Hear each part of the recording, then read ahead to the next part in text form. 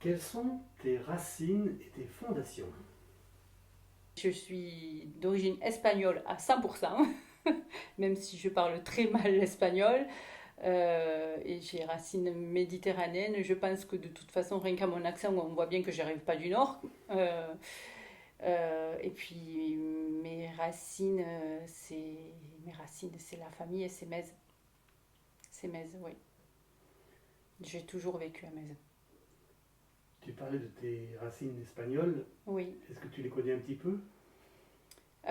Oui, je suis allée dans la ville de naissance de mon grand-père paternel. Je suis allée dans la ville de naissance de ma grand-mère maternelle. Et j'ai encore des cousins en Espagne, oui, du côté de Barcelone. Oui. Qu'est-ce que tu peux nous dire de tes parents? Mes parents. Oh, mes parents. Alors, mon papa, qui est décédé l'année dernière, c'était un grand monsieur qui était très impliqué dans la vie associative, avec un sacré caractère. Je pense qu'il nous l'a bien transmis, mais quelqu'un de très, très droit, en qui on pouvait avoir confiance, euh, et, qui nous a inculqué beaucoup de valeurs, euh, notamment la droiture, la franchise, même si des fois ça ne plaît pas à tout le monde de dire les choses. Et puis ma maman c'est la maman, même si elle est d'origine espagnole, je dirais que c'est une maman. La mère poule, c'est enfin, mère poule sans être trop, comment dire, elle nous a jamais étouffés. Mais par contre, elle s'est toujours battue pour ses enfants, quoi. Ses enfants, ses enfants, sa famille, là, les petits-enfants, les arrière-petits-enfants, c'est très, très, très important. Voilà. C'est une maman qui nous a inculqué beaucoup euh, de bonnes choses, euh, qui a, qui a permis et qui permet encore à l'heure actuelle d'avoir une famille très unie, où il n'y a pas d'histoire de dispute entre nous. Euh, Elle fait tout pour qu'en fait ça soit une famille merveilleuse, quoi. Voilà. Qu'est-ce qu'ils faisaient comme métier? Mon papa, il était ostréiculteur. Mm.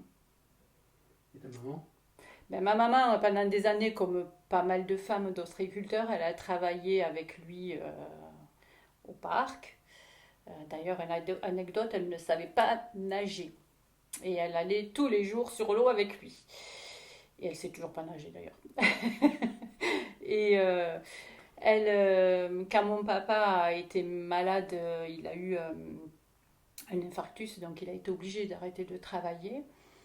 Et ben, elle a trouvé un boulot, elle a travaillé à la maison de retraite, notamment dans le secteur protégé, les malades d'Alzheimer. Voilà. Et elle a cette capacité à travailler avec les anciens. Euh, je pense que ça, c'est inné, quoi. Enfin, tout le monde n'est pas apte à faire ça, et elle, chez elle, c'est normal, quoi. C'est normal. Après, elle s'est occupée des anciennes de ma famille, que ce soit mon grand-père, ma grand-mère, mon oncle. Elle s'est occupée de toutes les personnes âgées de la famille. Et pour elle, c'est normal. Et elle a passé beaucoup d'années de sa vie à s'occuper des autres. Jusqu'au décès de mon papa, en fait, elle s'est toujours occupée de quelqu'un. Et là, maintenant, il faut qu'elle s'occupe d'elle. Voilà. Qu'est-ce que tu as appris de tes parents? Ben, ce que j'ai appris de mes parents, ben, je pense que l'honnêteté, la droiture, euh, le sens de la famille aussi. Ouais. Et toi, quel enfant tu étais? Très sage. Une petite reine au milieu de trois garçons. Enfin, oui, trois, ouais, trois garçons, mais très sage.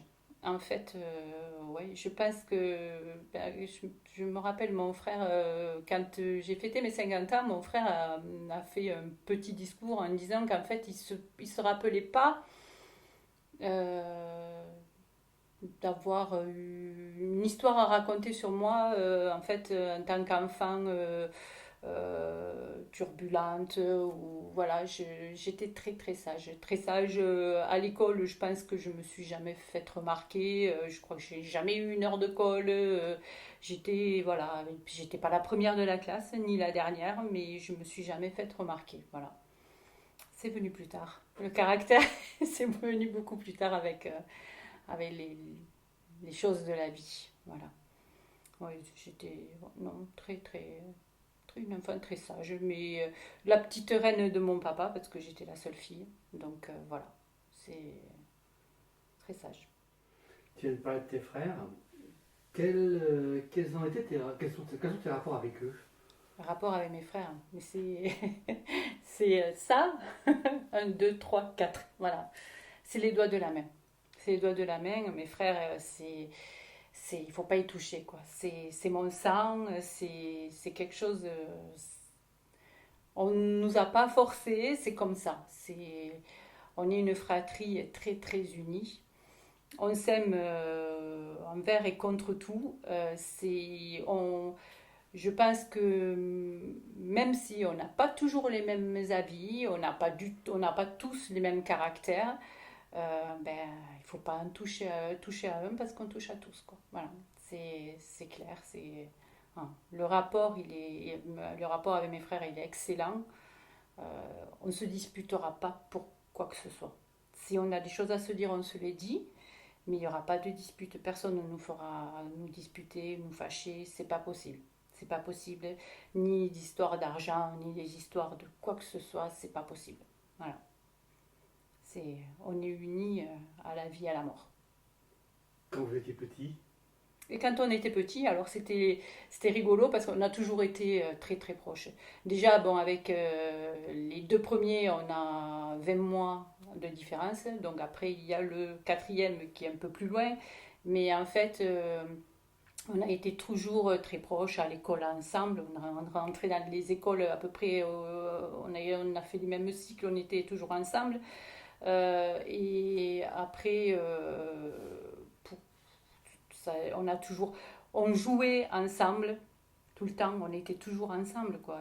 Et des fois on faisait des combats aussi, on se mettait le plus grand avec le petit et les deux du milieu face à face, on se battait, mais pour jouer, quoi. Ils m'ont appris à me défendre aussi, quand même. Puis j'étais bien protégée, par contre, à l'école et tout. En fait, c'était même compliqué avec les garçons parce qu'ils voulaient pas m'approcher, ils avaient peur des frères. Voilà. Quand tu étais petite, enfin enfant jusqu'à l'adolescence, quels étaient tes rêves? Alors là, c'est une bonne question, hein. Je me rappelle même pas. Je sais pas quoi je rêvais. Oh, peut-être comme toutes les petites filles au prince charmant, hein, mais bon, ça, voilà quoi, on sait qu'il n'existe pas, hein. Sauf le paquet de princes dans le rayon biscuit. Ou sinon, non, le prince charmant, il n'existe pas. Quoique, quand même, franchement, euh, mon deuxième mari, c'est quand même mon prince charmant. Voilà. Il n'est pas parfait, mais c'est pas mal.